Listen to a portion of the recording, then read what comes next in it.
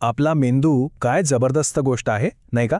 अब्जावधी न्यूरॉन्स सतत एकमेकांशी बोलत असतात, संवाद साधत असतात. पण या संवादाची भाषा काय आहे? मेंदूच्या आत न पाहता त्याच्या आत काय चाललंय हे आपण कसं समजू शकतो? चला, आज आपण हेच रहस्य उलगडण्याचा प्रयत्न करूया. तर मग प्रश्न हाच आहे की मेंदूमध्ये ज्या काही घडामोडी चालतात, जे विचार येतात, त्या सगळ्यामागे एक विजेची म्हणजे एक इलेक्ट्रिकल क्रिया असते. मग या क्रियेला पाहण्याचा, मोजण्याचा काही मार्ग आहे का? तोही कोणत्याही शस्त्रक्रियेशिवाय? आणि या प्रश्नाचं उत्तर आहे हो, नक्कीच आहे. आणि ते उत्तर म्हणजे इलेक्ट्रोएन्सेफेलोग्राम किंवा सोप्या भाषेत EEG. हे एक असं उपकरण आहे जे आपल्या मेंदूच्या विद्युत लहरींना जणू काही ऐकतं आणि त्यांची नोंद करतं. म्हणजे बघा, मेंदूची भाषा समजून घेण्याचं हे खूप महत्वाचं साधन आहे. बरं, मग आता हे EEG मशीन नक्की असतं तरी कसं? ते कसं काम करतं हे समजून घ्यायचं असेल तर आधी त्याचे मुख्य भाग कोणते आहेत आणि त्यांचं काम काय आहे हे जाणून घ्यायला हवं. चला जरा आत डोकावून पाहूया. सगळ्यात पहिला आणि सगळ्यात महत्त्वाचा भाग म्हणजे इलेक्ट्रोड्स. हे इलेक्ट्रोड्स म्हणजे समजा छोट्या छोट्या अँटेनाच आहेत. हे सेन्सर्स डोक्याच्या त्वचेवर एका खास पद्धतीने लावले जातात, ज्याला 10-20 सिस्टम असं म्हणतात. यांचं मुख्य काम एकच, मेंदूतल्या पेशींमधून येणारे अगदी बारीक सूक्ष्म विद्युत सिग्नल अचूकपणे पकडणं. आता गंमत बघा, मेंदूतून येणारे सिग्नल इतके बारीक असतात, इतके कमजोर असतात की त्यांना थेट रेकॉर्ड करणं जवळजवळ अशक्यच आहे. आणि इथेच खरी जादू करतो अँप्लिफायर. जसं आपण रेडिओचा आवाज वाढवून एखादं लांबचं स्टेशन स्पष्ट ऐकतो ना, अगदी तसंच अँप्लिफायर या सिग्नल्सना हजारो पटींनी मोठं करतो, जेणेकरून ते आपल्याला मोजता येतील. आपल्या आजूबाजूला खूप गोंगाट असतो, बरोबर?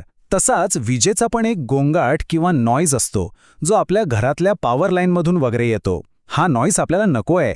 इथेच फिल्टर्स कामाला येतात. हे फिल्टर्स एखाद्या नॉईज कॅन्सलिंग हेडफोनसारखं काम करतात आणि फक्त शुद्ध ब्रेन सिग्नलच पुढे पाठवतात. एकदा का सिग्नल मोठा आणि स्पष्ट झाला की तो पाठवला जातो संगणकाकडे. आणि संगणक काय करतो? तो एका भाषांतरकारासारखं काम करतो.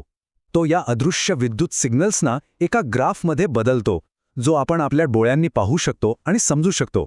आणि मग शेवटी येतो डिस्प्ले मॉनिटर. याच स्क्रीनवर आपल्याला मेंदूची भाषा अक्षरशः दिसायला लागते. अल्फा, बीटा, थीटा, डेल्टा या सगळ्या वेगवेगळ्या लहरी आपल्याला रिअल टाईममध्ये दिसतात. इथेच ते सगळं रहस्य उलगडतं. ठीक आहे, आपण सगळे भाग तर वेगवेगळे समजून घेतले, पण हे सगळं एकत्र कसं चालतं?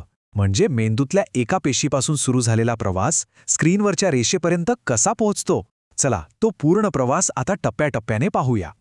हे बघा किती सोपं आहे. आधी डोक्यावर इलेक्ट्रोड्स लावले, मग मेंदूतल्या न्यूरॉन्सनी सिग्नल तयार केले, ते इलेक्ट्रोड्सनी पकडले, अँप्लिफायरने ते मोठे केले, फिल्टरने त्यातला कचरा काढला आणि शेवटी संगणकाने त्याचा एक ग्राफ बनवून आपल्याला दाखवला.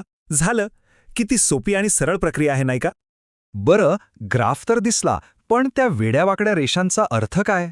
म्हणजे आपला मेंदू आपल्याला नक्की काय सांगायचा प्रयत्न करतोय? आता येतोय या सादरीकरणाचा सगळ्यात इंटरेस्टिंग भाग. चला या लहरींचा अर्थ समजून घेऊया.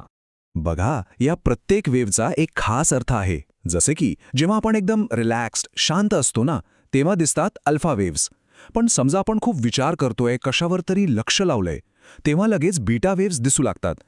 थोडी झोप किंवा सुस्ती आली की थीटा वेव्स आणि एकदम गाढ झोप लागली की दिसतात डेल्टा वेव्स. म्हणजे आपल्या प्रत्येक अवस्थेची एक वेगळी सही आहे या ग्राफवर. हे सगळं समजून घेणं फक्त एक गंमत नाहीये. या माहितीचा डॉक्टरांना, रुग्णांना खूप मोठा फायदा होतो. चला पाहूया हे EEG तंत्रज्ञान प्रत्यक्षात लोकांच्या कामी कसं येतं आणि त्याचं महत्त्व काय आहे. याचे उपयोग खूप आहेत. सगळ्यात मोठा उपयोग होतो तो म्हणजे एपिलेप्सी, म्हणजे आकडी येण्याच्या आजाराचं निदान करण्यासाठी. इतकंच नाही तर ज्यांना झोपेचे त्रास आहेत त्याचं विश्लेषण करायलाही हे मदत करतं. शिवाय मेंदू ट्यूमर आहे का, काही इजा झाली आहे का, हे शोधण्यापासून ते कोमातल्या रुग्णांवर लक्ष ठेवणं आणि दुर्दैवाने ब्रेन डेथची पुष्टी करण्यापर्यंत हे वापरलं जातं. एवढंच नाही तर न्यूरोसायन्सच्या संशोधनात आणि ICUमधल्या गंभीर रुग्णांवर नजर ठेवण्यासाठीही हे खूप महत्त्वाचं आहे. पण या सगळ्या उपयोगांमध्ये एक गोष्ट लक्षात ठेवायला हवी. EEGचा सगळ्यात महत्त्वाचा उपयोग जर कोणता असेल तर तो आहे एपिलेप्सीचं निदान. कारण ह्या आजारात मेंदूमध्ये ज्या विशिष्ट प्रकारच्या असामान्य लहरी उठतात त्या फक्त आणि फक्त EEGमध्येच अचूकपणे दिसतात. तर मग आपण या प्रवासाच्या जवळजवळ शेवटी आलो आहोत. आपण पाहिलं की EEG कसं बनतं, कसं काम करतं आणि त्याचे उपयोग काय आहेत. आता थोडक्यात या सगळ्याचा सार पाहूया आणि या उपकरणाचं महत्त्व पुन्हा एकदा समजून घेऊया. सोप्या शब्दांत सांगायचं झालं तर EEG एक असं जबरदस्त वैद्यकीय साधन आहे जे डॉक्टरांना शस्त्रक्रियेशिवाय मेंदूच्या आत पाहू देतं. मेंदूतून येणारे अगदी बारीक विद्युत सिग्नल मोजून ते अनेक गंभीर न्यूरोलॉजिकल आजारांचं निदान करायला मदत करतं. हे खऱ्या अर्थाने तंत्रज्ञानानं वैद्यकीय क्षेत्रात घडवलेली एक क्रांती आहे. आज आपण EEG बद्दल खूप काही जाणून घेतलं, पण विज्ञान कधीच एका जागी थांबत नाही. मग विचार करण्यासारखा प्रश्न हा आहे की भविष्यात हेच तंत्रज्ञान अजून प्रगत झाल्यावर ते आपल्याला आपल्या मेंदूची आणखी कोणती रहस्य उलगडून दाखवेल, यावर नक्कीच विचार करायला हवा.